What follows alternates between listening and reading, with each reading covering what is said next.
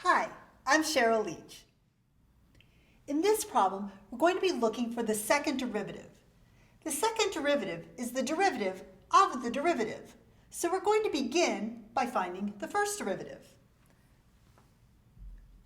So when I look at the function that I was given, 5 times the quantity 2 minus 7x to the fourth, the main operation is the constant multiple of 5.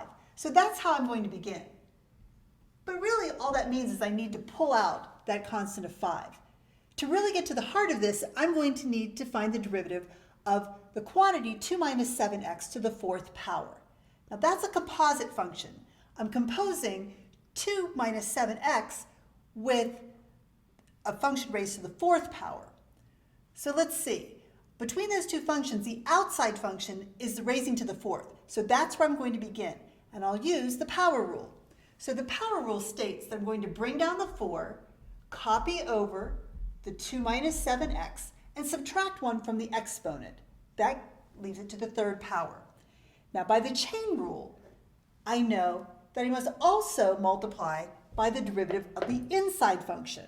And the derivative of 2 minus 7x is negative 7. Okay, so that's my first derivative. If you wanted to, you could move on to the second derivative, but it's really going to be helpful to simplify that value first. So I'm going to have 5 times 4 times negative 7. That's negative 140 times 2 minus 7x to the third power. Now that I'm simplified, I'll go ahead and move to the second derivative. So I've got the derivative of the derivative is the second derivative. And just like we did in the first derivative, my main operation is a constant multiple. The constant this time is minus 140. So I'm going to pull that out, and then I'm going to take the derivative of 2 minus 7x to the third power. And again, we have a composite function, so we're going to need the chain rule. The outside function is that cubing function. So I'm going to bring down the 3, copy over 2 minus 7x, and subtract 1 from the exponent. So it's to the second power. Now again, remember it was a composite function, so don't forget about the chain rule.